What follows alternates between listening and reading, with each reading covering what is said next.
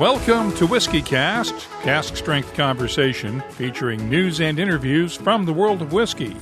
I'm Mark Gillespie, and this is episode 1001 for April 23rd, 2023. Coming up in a few minutes. I guess I approached it with my scientist's hat on and thought, okay, if I want to understand truly what the purifier does, then the only way to do that is to disconnect it and see what happens without it. Dr. Bill Lumsden has been busy these days with 2 new Ardbeg expressions and an experimental distillery at Glenmorangie to play with.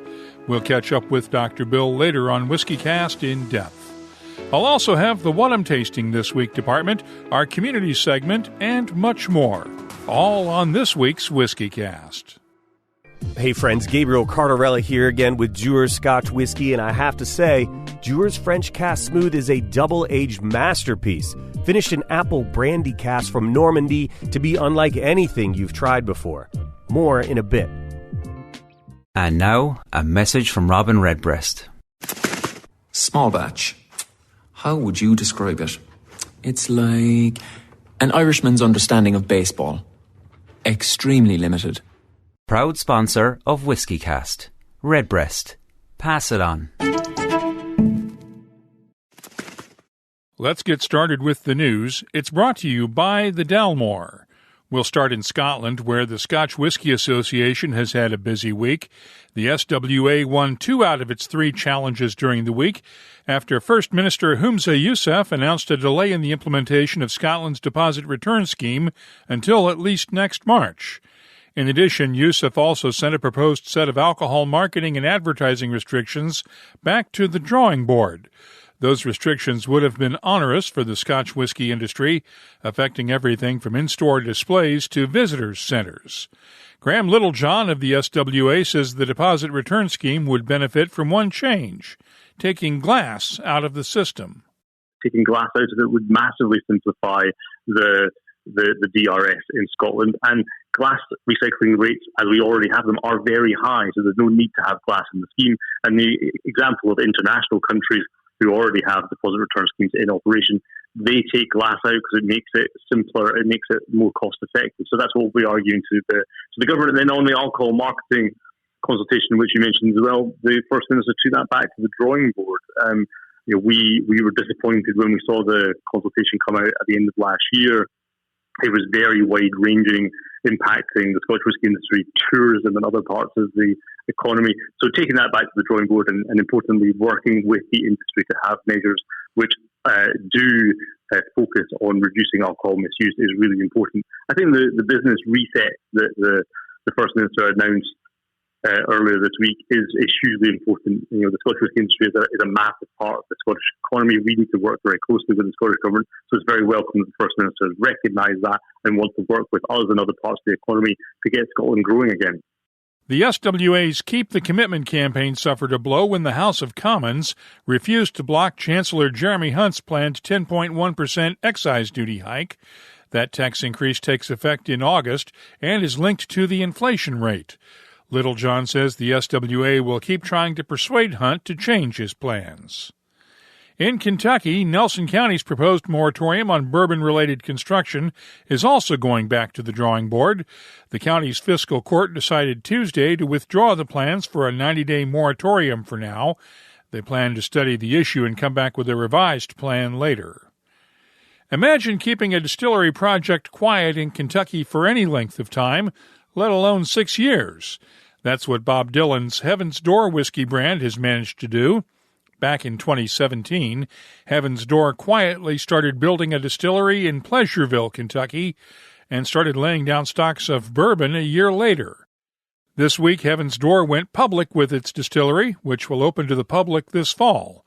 No one from Heaven's Door was available for an interview this week. Last October, we took you on a tour through the new Bushmills distillery in Ireland. At the time, it had already started production, but was still being kept under wraps because it hadn't been dedicated yet. That changed this week with a 2-day celebration for the Causeway Distillery, as it's being dubbed. The 37 million pounds project will double Bushmills' annual production. Lots of new whiskeys to talk about this week, including a new 40-year-old single malt from Ben Riach. It's one of a handful of distilleries with its own floor maltings and uses that to produce peated malt. Benriach's Rory Glasgow told me this week that peat plays a central role in this new expression. Throughout the years, over 40 years, of course, it's going to be going through the wood, expanding as the angel share is taking place. We lose a lot of that peat smoke intensity. And of course, being in Speyside, being in the Highlands, we use that Highland peat. And when you take a cross-section of that, it's all wood-based, and you go back 1,000 years, and we're taking that kind of meter-down peat, so it's not necessarily the deep-down, dark, dirty stuff. It's going to be that more bright, light smoke, which is going to be wood-based, so barbecue, campfire, bonfire. The new Benriach 40-year-old will hit the market in June with a recommended retail price of $5,000 a bottle. I'll have my tasting notes for it later on. Buffalo Trace is out with the latest edition in its Old Charter Oak series. The fifth bourbon in the series is matured in Spanish oak, following previous releases in Chinkapin oak, Mongolian oak, French oak, and Canadian oak. It's available in select U.S. markets with a recommended retail price of $69.99 a bottle. Lux Row's annual Blood Oath bourbon release also has a Spanish flair this year. Pact 9 blends 12 and 16-year-old bourbons with a 7-year-old bourbon finished in Oloroso sherry casks. It's available now with a recommended retail price of $129.99 a bottle. Beam Suntory has released the year's first batch of Booker's bourbon. This batch is named Charlie's Batch in honor of Charlie Hutchins. He's the carpenter who creates the signature wooden box that Booker's comes in and worked at the distillery when Booker No was master distiller. In fact, he handmade the very first box for Booker personally. Charlie's Batch of Booker's is available in limited quantities throughout the U.S. with a recommended retail price of $89.99 a bottle. On the Scotch front, Diageo has released this year's range of Distiller's Edition single malts. The 6-bottle lineup includes finished whiskies from Oban, Talisker, Lagavulin, Cragganmore, Dalwhinnie, and Glenkinchie. Prices range from $85 to $125 a bottle in the U.S. Distill has released 3 new limited edition single malts. Bunnahabhain Canasta is matured in rare Canasta sherry casks. There's also the new Bunnahabhain 1998 Manzanilla cask and the Deanston Tequila cask finish. No word on pricing. Gordon & MacPhail has bottled its final remaining cask from 1959 for the latest Mr. George Legacy bottling. It's a 63-year-old Glen Grant that honors the legacy of the late George Urquhart, that also celebrates the 90th anniversary of his joining the family business in 1933. Only 368 bottles are available worldwide, with a recommended retail price of £6,499 each. I received a sample this week, and I'll have my tasting notes for it later on. Gordon & MacPhail is also honoring the May 6th coronation of King Charles with a 74-year-old Glen Grant release. The private collection 1948 from Glen Grant Distillery comes from the same year as the King's birth. Part of the proceeds will be donated to the Prince's Foundation. Just 281 bottles will be available at £25,000 each. Finally, we're all familiar with the term legs when it comes to whiskey, but the Scotch Malt Whisky Society held a tasting the other day where legs had a much different meaning. They paired different types of Scotch with edible insects like crickets, mealworms, locusts, and scorpions. Scott Begbie was one of 3 people to take part in the event at the SMWS Vaults in Leith. The arachnophobe said his favorite pairing was smoked crickets with a blended malt featuring smoky whiskies from Islay and Orkney. The Society plans another Pairing with Legs event next month. I'll pass. You can keep up with the latest whiskey news all week long at WhiskyCast.com and in the WhiskyCast community app. The news is brought to you by the Dalmore. Hello, Richard Patterson here, Master Distiller, Master Blender for the Dalmore. You know, whenever the team and I are in the world sharing our exceptional single malt, we like to keep in touch with Mark Gillespie and the latest news from WhiskyCast.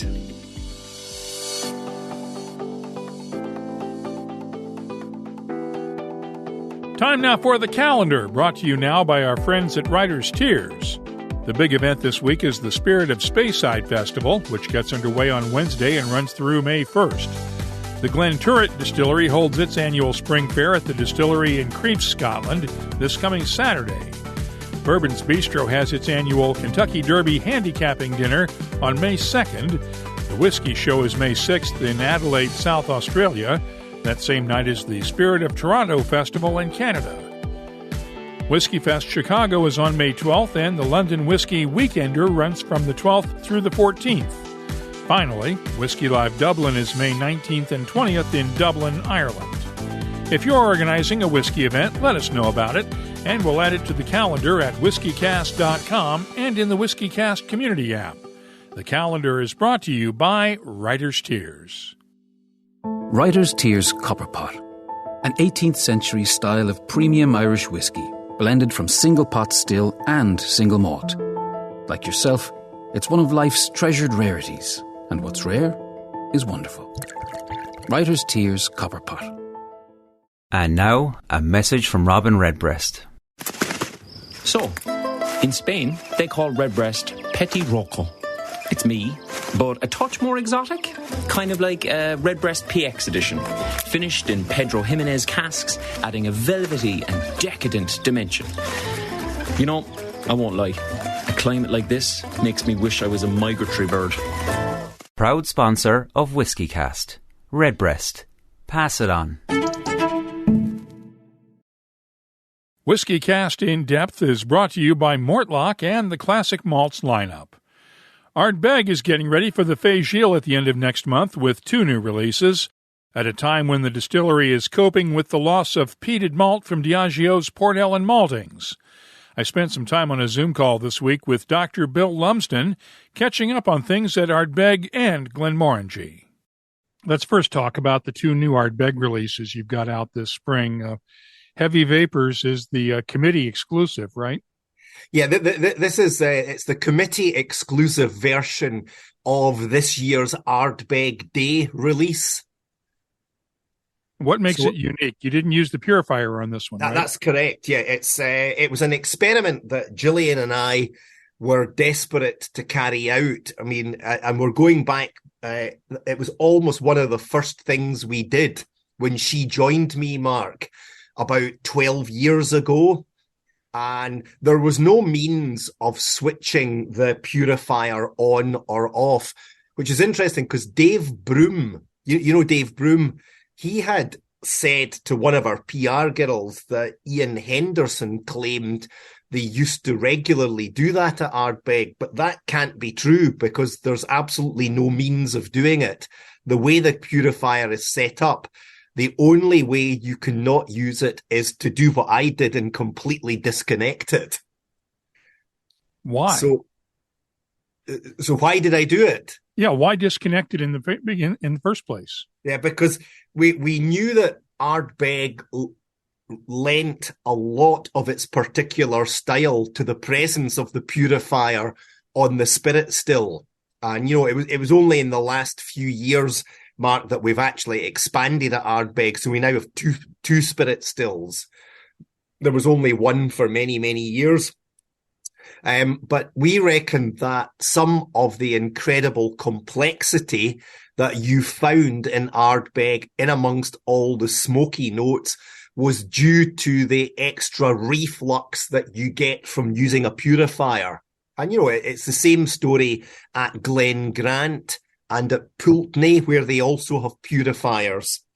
So I was just wanted to, I guess I approached it with my scientist's hat on and thought, okay, if I want to understand truly what the purifier does, then the only way to do that is to disconnect it and see what happens without it. So that's what I did for 1 week of production back about 12 years ago. And we've got a much oilier and more full-bodied spirit out of it. Any thoughts of disconnecting it more often? I don't think so, Mark, because it was not an easy thing to do. It was a little bit messy, if I'm honest. And, you know, I wouldn't want to break into the integrity of the copper. So that it was definitely a one-off experiment. And the funny thing was that the week we carried out the trial, there was an Institute of Brewing and Distilling study tour to Islay, and I was partly hosting it at Ardbeg. And when all the young students, mainly from Heriot-Watt University, trooped into the still room, one of them immediately pointed to the purifier and said, "Dr. Bill, what's going on there?" And I said, "Oh, it's maintenance. It's just routine maintenance." But they clearly could see that I disconnected the purifier. So that's what Rise of the Heavy Vapours is all about, Mark. And the Ardbeg Day version will be available to the wider public on Ardbeg Day in June, right? That's correct. Yep. There'll be a larger volume of that available, but this is the committee pre-release. You also released Bizarrebecue. Yes. This is an unusual name for what can only be an unusual whiskey, I would assume. Yeah, so we have a partnership with a wonderful gentleman called Christian, who is known here in the States as DJ Barbecue.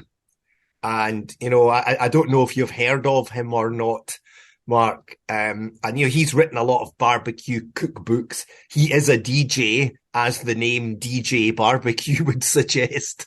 And he's a real character. And we've had a partnership with him, and he's been over at the distillery with his mobile barbecue, doing all sorts of Ardbeg marinated smoked meats.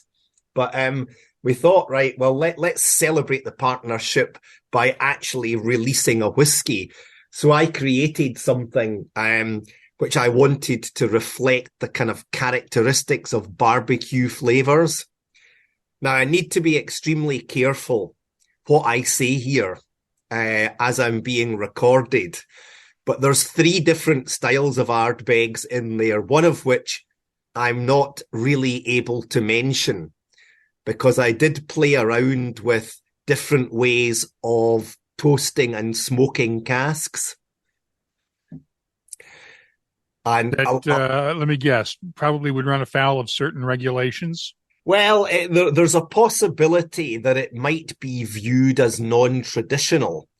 Although from my perspective, if you're toasting barrels over an open brazier, then, you know, it doesn't get much more traditional than that. However, quite what you throw in the brazier might raise a few eyebrows. But I've put this together along with Ardbeg from virgin charred oak casks and from some PX sherry casks. So you get all these lovely tangy hickory smoked ham type flavours in it. So that's what Ardbeg Bizarrebecue is all about. I have to ask, how are you guys coping with the cutoff of supply from the Port Ellen maltings? It's proving difficult, Mark, because you know, there are other suppliers who do heavily peated malt. And, you know, I've always been using a number of different suppliers because I've always understood that our friends at Diageo have to service their own needs first and foremost. You know, that's a no-brainer. And as they have expanded production at Kalila and Lagavulin, and are about to look at reopening Port Ellen, then obviously it puts pressure on the supply. So I've had to bring in a heavily peated malt from elsewhere in Scotland, which of course is not easy because there's a terrible fiasco in Scotland just now politically, and there's a shortage of ferries. So to actually get transport to the Hebridean Islands is not easy. And I don't really want to start talking politics here or I'll get myself fired, Mark. But it's not been an easy year. Let's just put it that way. But, you know, I am still getting some malted barley from Port Ellen. And I'm also taking some very heavily peated malted barley from Diageo's Glen Ord maltings as well. And that's making up the difference to at least keep production going? Not quite, but it's making up most of it. And the other problem was that one of the other main suppliers of heavily peated malt in Scotland, who I've used for many years, burnt their peat kiln down last year. Not deliberately, I hasten to add, but it's an occupational hazard of having an open fire with flames and sparks and such like. So that dried up another source of heavily peated malt for the Scotch whisky industry.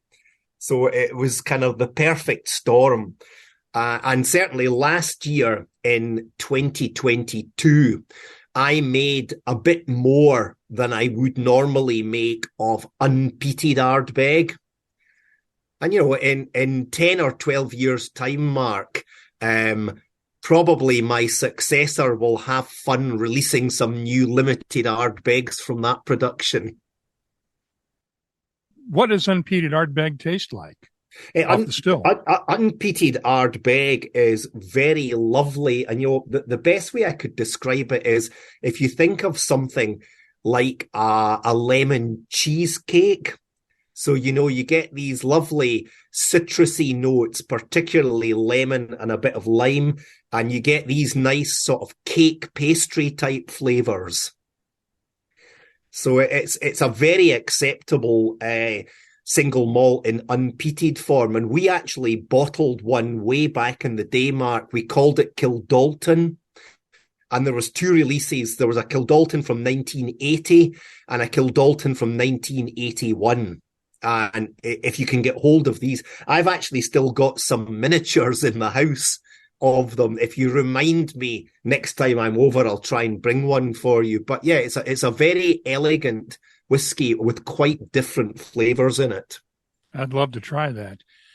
Let's go up to Glenmorangie now. And how's the experimental distillery coming along? What are you working on in there? It's going great guns now, Mark. And, obviously the whole project became a bit of a labour of love because, of course, the construction ground to a shuddering halt because of COVID.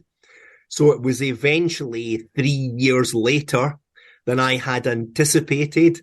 And, it was one CEO ago when we first mooted the idea of doing this. So eventually we got the thing commissioned right at the end of 2021. And throughout 2022 on and off, I was just learning about the plant and learning how the different pieces of equipment work.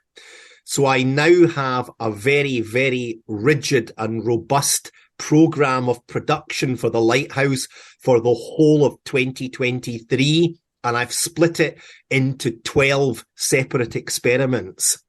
So some of these are using the distillation equipment. And, one of the ones I did, which I called the Big Meaty, we basically ran the distillate through, the stainless steel condenser. But in addition to that, we've got a hollow jacket on the neck of the still. So if I pump cold water into this jacket, I'm metaphorically doubling the height of the stills. But if I pump steam into it, which is what I did in this instance, I'm basically collapsing the height of the still and removing nearly all the reflux. So I wanted to see if I could produce a big, meaty, sulphury spirit along the lines of Mortlach or Ben Rinnes or something like that. So I have filled that spirit into a combination of bourbon barrels and sherry casks. So that was the first one I did this year. The one I've just completed, which was experiment number 3, I used a whole variety of very unusual malted barleys. And I can't say too much more about that at the moment, Mark, because I'm almost certain that one of them will not qualify as Scotch whisky. Why not? Because it will fall outside the Scotch whisky regulations. But, that's an opportunity. And again, it's not something I'm worrying about just now. It's always going to take quite a few years before it's mature and ready. So, might call it something else. Was it done? Have you done anything with rye? I've done lots and lots with rye, and actually during 2022, I experimented a lot with the different mash bills. And, this was primarily, Mark, just to give us a feel for what type of raw materials we could actually handle in the plant, because it's been designed to allow us to process much more than just malted barley. What are you going to do with this rye whiskey? Because I know it'll have to be labeled as a single grain, but I know that other distillers are playing around with rye as well. Yeah, I mean, there's been a number of Scottish rye whiskies have actually been bottled. I don't think it can be labelled as a single grain because, of course, it's got a percentage of malted barley in the mash bill to provide enzymic conversion. So it has been done. But, I'm very excited by the different range of flavours we've got in that. My impression was that it had to be labeled as single grain because it's not made with malted barley 100%.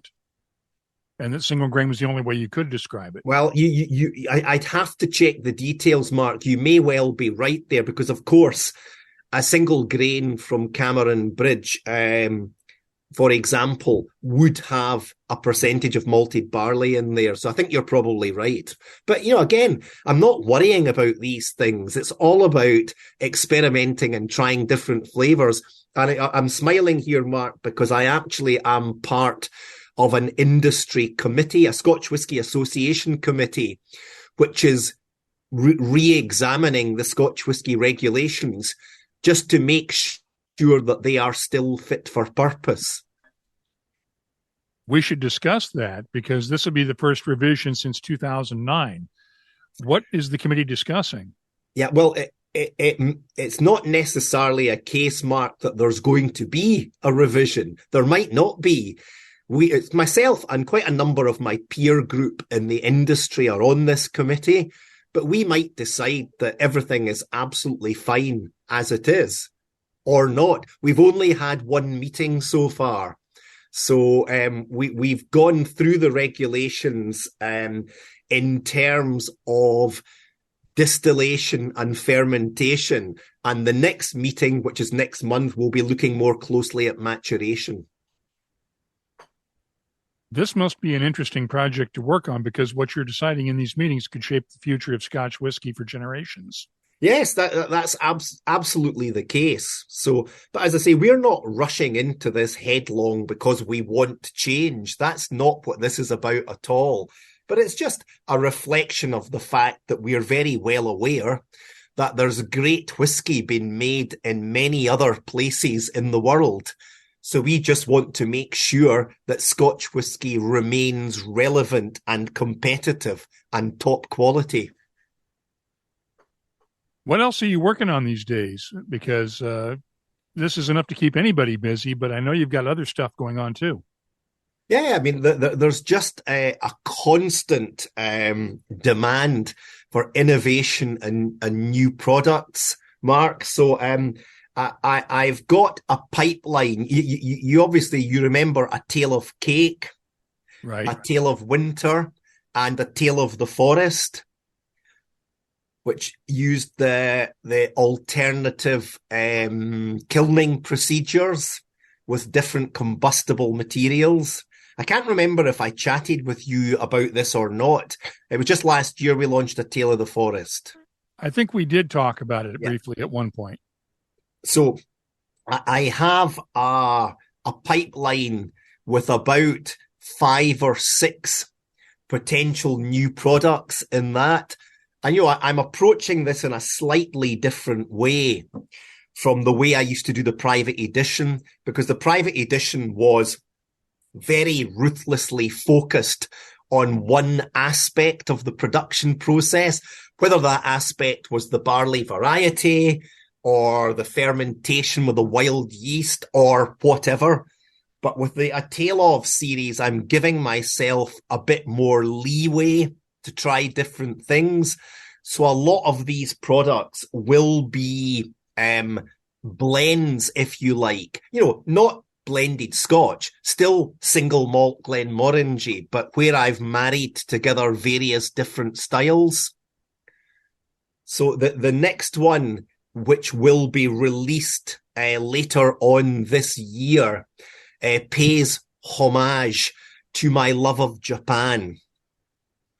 And I'm not saying any more about that, Mark, okay? I'm sure you'll work out elements of it, I'm sure. I'm sure Mizunara will be at least part of an element in there. I can neither confirm nor deny that. In other words, we have to watch this space. Yes, but there's plenty more things going on like that. Most of my experimentation at Glenmorangie is currently going on in the Lighthouse, but we've got quite a few other interesting Ardbegs up our sleeve as well, Mark. So Rise of the Heavy Vapours is this year's innovative one. Last year's one was the legendary Fermutation, which of course I'd been nestling that away for years. And we've got more surprises in store. I've done some really silly things with production at Ardbeg, which, you know, as a scientist, as a biochemist, I would never have thought I would do something like this because I know the impact of it. But I've got a crazy experiment I carried out with mashing, and I'm very excited to see how this will turn out. So I might release that next year or the year after. What did you do, or can you tell me? All I can say, Mark, is if you stand on the pier at Ardbeg Distillery and breathe in the salty sea air, that was where my inspiration came from. Okay. So it's something that I know has historically been done many, many years ago in the Scotch whisky industry, because our former company archivist, Ian Russell, used to work very closely with Gillian and I, and we would go back. He'd find all these old documents showing us things that were done with production, and we took inspiration from that. I can't wait to find out more about what you've done with this one and to try it. Have a little think once we've finished this interview, Mark, and I've given you a big clue there. Does it involve salt water? I've said all I'm able to say at the moment. Thanks to Dr. Bill Lumsden for spending some time with us on this week's WhiskyCast In-Depth, brought to you by Mortlach, whiskey's best-kept secret. Hidden away for decades in some of the world's most famous Scotch whiskies, comes a single malt inspired by an original for a fortunate few. Discover the entire Mortlach lineup at malts.com. Let's start off the What I'm Tasting This Week department with the Ardbeg Heavy Vapours Committee Edition. It's bottled at 46% ABV, and the nose is peaty and phenolic with touches of heather, honey, lemon zest, and a hint of smoked salmon. The taste is oily and thick with a slow buildup of black pepper, honey, heather, and a hint of lemon zest, while the finish is long and peppery with a kick of peat and lemon zest. I'm scoring the Ardbeg Heavy Vapours Committee Edition a 93. Next up, the Benriach 40-year-old we heard about during the news.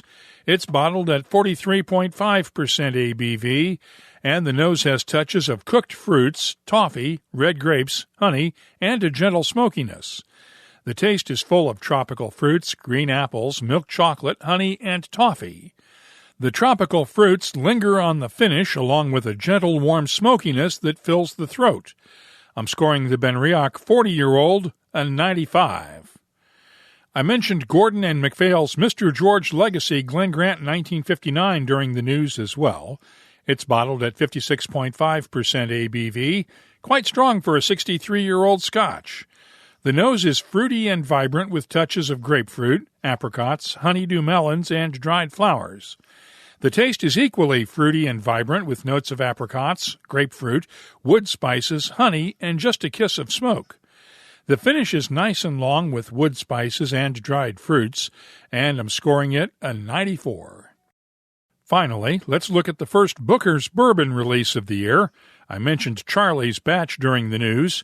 It's bottled at 63.3% ABV, and the nose has classic Booker's notes of caramel, honey, tobacco leaf, cherries, red apples, and cinnamon.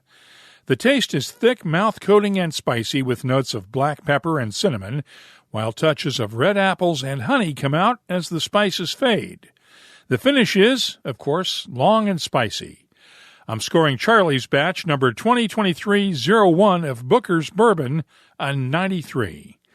I'll be adding these tasting notes to our searchable list of more than 3,400 different whiskeys at WhiskyCast.com.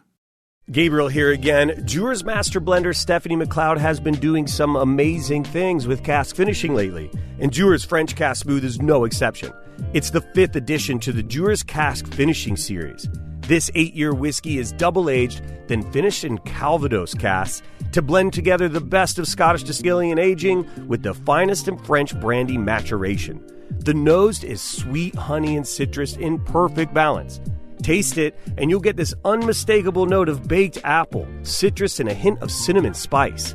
Now, I recommend it this time of year as an apple cinnamon highball, using lemon juice, simple syrup, unfiltered apple juice, and club soda, or simply enjoy it on its own. Either way, it's a specially crafted reward for your curiosity. Time now for our community segment, and we welcome Waterford Whisky as a new sponsor this week. Had a lot of comments about last week's special episode marking 1,000 episodes of WhiskyCast. Here's a comment Stuart Watts posted in the WhiskyCast community app. Really enjoyed listening to your 1,000th episode. Congratulations on a phenomenal milestone and for this excellent episode. Working in the industry, I know many of those who have inherited the legacies of those you've interviewed. It was tremendous to hear their reflections. Thank you, Stuart. We also had this comment from Steve W. in the app as well. Congratulations, Team Gillespie, on reaching the 1,000th episode of WhiskyCast. Truly a magnificent achievement. I'm certain so many of us will be raising a dram to toast your success and continuing dedication to the global whiskey community. Here's to many more episodes. Slanjava. Thank you, Steve. Klaus Bitchnow posted this note on LinkedIn from Sweden. Congratulations, Mark Gillespie, on a fantastic dedication and some many enjoyable moments. I'm looking forward to the next 1,000 episodes. Keep it up. And the guys at the Dublin Fire Brigade 1875 Whiskey Club posted this note on Instagram. Super job to you, Mark, and the great crew behind the scenes. We love listening in. P.S. We still use your glasses at our tastings in the Palace Bar, Dublin, after your kind recognition as Whiskey Club of the Month. We truly appreciate everyone who took the time to send along congratulations on the 1,000th episode of WhiskyCast. Several comments came in on the Heaven's Door distillery story I mentioned during the news, including this one from Jay Kalinowski in the WhiskyCast community app. There's a load of people that had to keep this quiet, from the still manufacturers, carpenters, electricians, government permitting that is usually publicly available, cooperage, and teamsters. It's genius how Dylan managed it. Well, that's what non-disclosure agreements are for. If you have something you'd like to share with whiskey lovers around the world, download the free WhiskyCast community app for iOS and Android users, or you can look for us on Twitter, Facebook, and Instagram at WhiskyCast. The email address is comments@whiskycast.com. Our community segment is brought to you now by Waterford Whisky, where they explore the frontiers of natural flavor one farm at a time to create unique Irish whiskies. Visit them on the web at waterfordwhisky.com. Let's wrap up the show now with Behind the Label, our look at the history, science, and people who make whiskey unique. 2 weeks ago, we had Glencairn Crystal founder Raymond Davidson on the show, but there was one question I did not ask him. Where did the name Glencairn come from in the first place? Thanks to the folks at the Monmouth Whiskey Club who invited me to a Zoom event with Raymond, we now have the answer. That's a simple one. When I lived with my mother and father, it was in a street in Ardbeg, which is about 10 miles outside Glasgow, and the street was Glen Road. And the first house I bought was an old Victorian house and the name of it was Cairn Cross, and I just put the two together, made it Glencairn. By the way, the iconic Glencairn glass was originally called the Glencairn Malt Blenders glass, until industry leaders convinced Raymond to change the name and just call it the Glencairn glass. If you have something you'd like us to look at on an upcoming episode, just use the contact form at WhiskyCast.com to get in touch with us. That's all for this edition of WhiskyCast. You'll find links for the stories in this episode in our show notes at WhiskyCast.com. That's also where you'll find the latest whiskey news, my tasting notes, the calendar of events, the whiskey photo of the week, and, of course, a complete archive of past episodes going all the way back to 2005. Get in touch with us on Twitter, Instagram, and Facebook at WhiskyCast, or you can use the new WhiskyCast community app. Our email address is comments@whiskycast.com. And now, a message from Robin Redbreast. Ever go out drinking with a peacock? Always the same. Few too many, tail feathers come out, drinks get knocked over, bartender's not happy, night's over before it started. All I'm saying is, don't be the peacock in your group. Proud sponsor of WhiskyCast. Redbreast. Pass it on. Friends, it's me again, reminding you to try Dewar's French Cask Smooth Blended Scotch Whiskey. The best of two cultures and traditions in one beautiful bottle. Please drink responsibly. WhiskyCast is a production of Cask Strength Media, copyright 2023, and comes to you from the charming, yet regrettably dry town of Haddonfield, New Jersey. I'm Mark Gillespie, reminding you that when you drink, please drink responsibly. Thanks for listening.